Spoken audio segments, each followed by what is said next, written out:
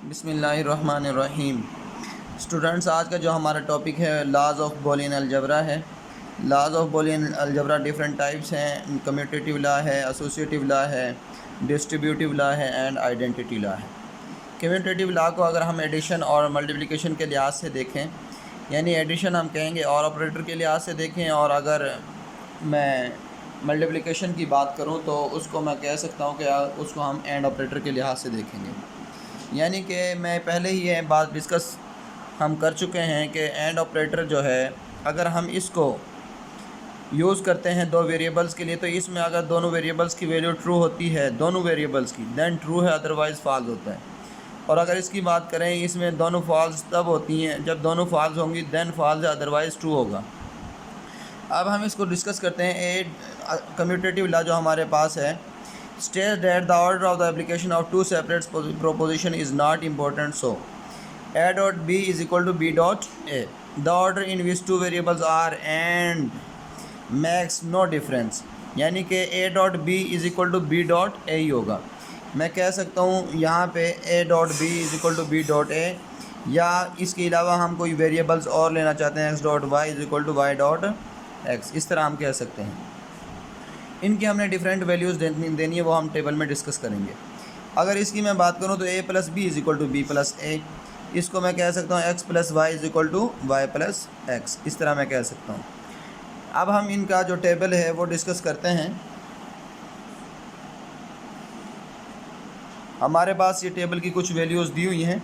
ये हमारे पास a है, ये हमारे पास b है, ये हमारे पास a डॉट b है, और ये हमारे पास b डॉट a है।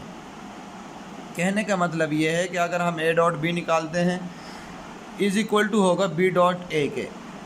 अब a की हमारे पास वैल्यूज़ b की हैं f and t, false true, और a की हमारे पास फॉल्स ट्रू एंड ट्रू है।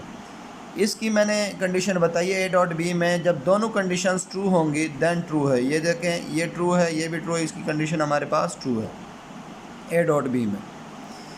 इन तीन कंडीशन में अगर एक भी फॉल्स है तो हमारे पास फॉल्स, ये दोनों फॉल्स है, इस वजह से ये फॉल्स, इधर यहाँ पे ये कंडीशन फॉल्स है तो ये फॉल्स, इधर कंडीशन ये ट्रू है, ये फॉल्स है तो फॉल्स।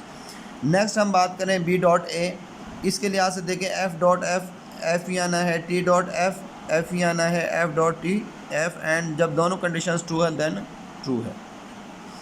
ये हमारे पास जो कम्यूटेटिव लॉ था वो एज हम देख रहे थे उसको एंड ऑपरेटर के लिहाज से, यानी मल्टीप्लिकेशन के लिहाज से।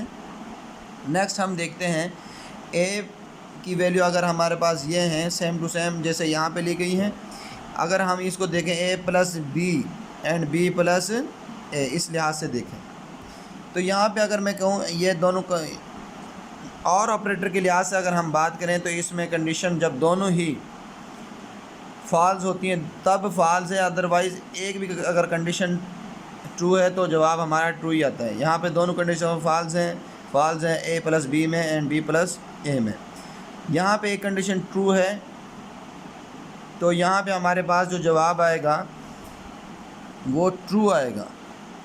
यहाँ पे यह अगर टेबल देखें हम, ये यहाँ पे बुक में ये गलत बना हुआ है, यहाँ पे हम कहेंगे ट्रू है। यहाँ पे t एंड f यहाँ पे भी ट्रू है, और यह लास्ट में दोनों कंडीशन ठीक है तो ये ट्रू है। नेक्स्ट हम बात करते हैं f dot t dot f, यानी b प्लस a है। सॉरी मैं डॉट कह रहा हूँ, प्लस है यहाँ पे b plus a, t plus f, यहाँ पे हमारे पास t आएगा, t f प्लस t, यहाँ पे भी हमारे पास t आएगा, और ये फॉल्स है। ये बुक में थोड़ी मिस्टेक हुई है, उसको हमने करेक्ट कर दिया है।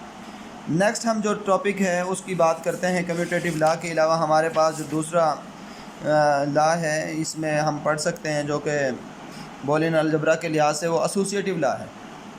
एसोसिएटिव लॉ की अगर हम बात करें, इसमें तीन वेरिएबल्स यूज़ होते हैं, तीन वेरिएबल्स को यूज़ किया गया है। इसको भी हम एंड ऑपरेटर के लिहाज से देखेंगे और ऑपरेटर के लिहाज से देखेंगे। This law is several variables, according to this laws there is no change in results if a grouping of expression is changed. This lie is quite same in the case of and or operator, यानी कि अगर हम कहें a plus B plus C, condition को change करें, इस तरफ जाएं, ब्रैकेट को b प्लस सी के लिए यूज़ करें, a प्लस बी प्लस सी इस तरह कहें, तो ये इनका दोनों का जवाब सेम आना है।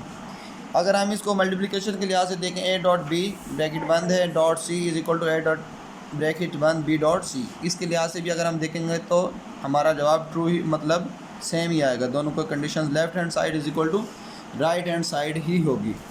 अब अगर हम इसकी बात करें तो हम देखते हैं हमारे पास टेबल में जो वैल्यूज़ दी हुई हैं, यहाँ पे ये ए है, ये बी है, ये सी है।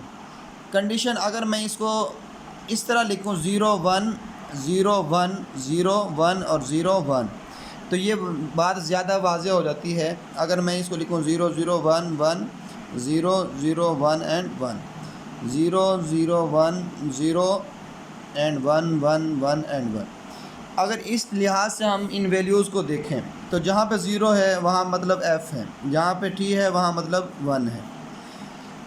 ये टेबल मैं पहले समझा चुका हूँ, 0 एंड 1 की शक्ल में हमने लिखा था और इसको हमने प्रूव भी किया था। अब हमारे पास इसको हम देख रहे हैं और ऑपरेटर के लिहाज से, अगर हम देखें और ऑपरेटर के लिहाज से तो a प्लस b 0 प्लस यानी 0 0 ही होगा, f 0 प्लस 0 f यानी कि 0 ही होगा। नेक्स्ट हम देखें जहाँ पे एक भी हमारे पास 1 है तो उसका जवाब हमारे पास 0 0 1, ये 1 क्योंकि यहाँ पे 1 है, उसके बाद ये 1 क्योंकि यहाँ पे 1 है, यहाँ पे 1 है, यहाँ पे 1, यानी कि सेम टू सेम 1 आ जाएगा। सारी वैल्यू जो जितने भी हैं हमारे पास अनसाइन लास्ट में 1 है, क्योंकि हर एक कंडीशन में से कोई एक दो कंडीशन में से हमारे पास ट्रू यानी 1 है। b प्लस सी की बात करें तो b प्लस सी में 0 प्लस 0 हमारे पास ये 0 है, f प्लस टी यानी ये 1 है, ये 1 क्यों है क्योंकि यहाँ पे t है, यहाँ पे t है। फिर नेक्स्ट देखें ये फॉल्स होगा, उसके अलावा बाकी सारे ही हमारे पास 1 है क्योंकि हमारे पास 1 यानी एक कंडीशन ट्रू है। 0 और 1 के लिहाज से मैं इसलिए समझा रहा हूँ कि हमारे पास अगर हम दो नंबर्स को ऐड करें यानी और ऑपरेटर में हम प्लस का साइन यूज़ करते हैं 0 प्लस 1, ताकि आप लोगों को बात वाज़ेह हो जाए। ये आप कह सकते हैं कि f की जगह पर 0 यूज़ किया गया है और t की जगह पे हमने 1 यूज़ किया है। इसके अलावा अगर आप इसको किसी और तरीके से हल करना चाहते हैं, मतलब यहाँ पे वेरिएबल्स डिफरेंट लेना चाहते हैं x y एंड z, इससे कोई फ़र्क नहीं पड़ेगा। अब हम इन दोनों वैल्यूज़ को देखते हैं। a प्लस बी प्लस सी अगर देखा जाए तो हमारे पास f t t t and t t t and t, यानी हमारे पास ये 0 1 1 1 1 1 एंड 1 एंड 1। अब हम देखें a प्लस बी प्लस सी यानी कि b प्लस सी, इस वैल्यू को हम a में ऐड करें तो पहली वैल्यू हमारे पास f है दोनों की, तो हमारे पास 0 है। उसके बाद यहाँ पे f है, यहाँ पे t है, तो हमारे पास 1 ही आएगा। यहाँ पे t है, t ये हमारे पास 2 1, यहाँ f है। अगर हम कंडीशन देखें और यहाँ पे हमारे पास ट्रू है तो फिर भी हमारा जवाब क्या आएगा जी, ट्रू आएगा। यहाँ पे हमारे पास क्या है जी, ट्रू है, then true true and true, क्योंकि ये तीनों कंडीशंस ट्रू हैं।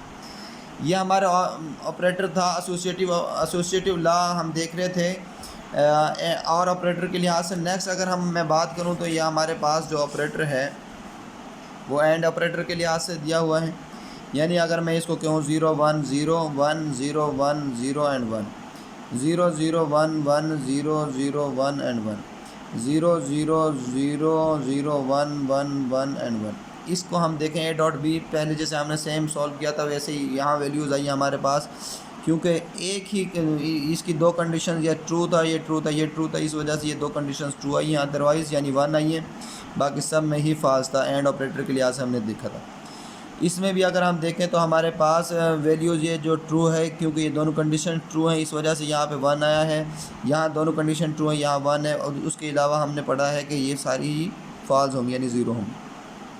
अब इसको सॉल्व करते हैं a dot B dot C, यानी इसको हम a dot B dot C, यहाँ देखिए ये f है, ये हमारे पास f, यहाँ कंडीशन जब तक दोनों कंडीशन ट्रू नहीं होती जवाब इसमें ट्रू नहीं आता। इसमें सिर्फ एक ही कंडीशन में ट्रू है जो कि ये है, इसलिए मैं यहाँ पे 1 लिखता हूँ। उसके अलावा तमाम की तमाम वैल्यूज़ 0 ही आएंगी हमारी। नेक्स्ट मैं बात करता हूँ b डॉट सी, यानी कि a मल्टीप्लाई होगा किससे, b डॉट सी से।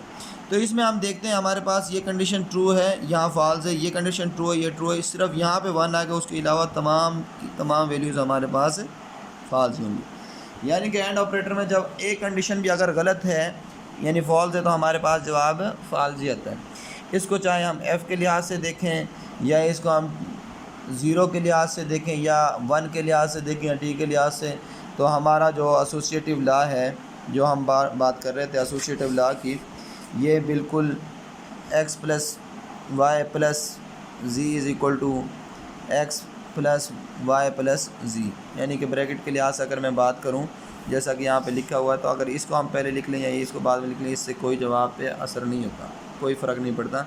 उसके अलावा जो हमारे पास A dot B dot C is equal to A dot B dot C है, इसकी हम बात करें तो इस पर भी कोई फ़र्क नहीं पड़ता।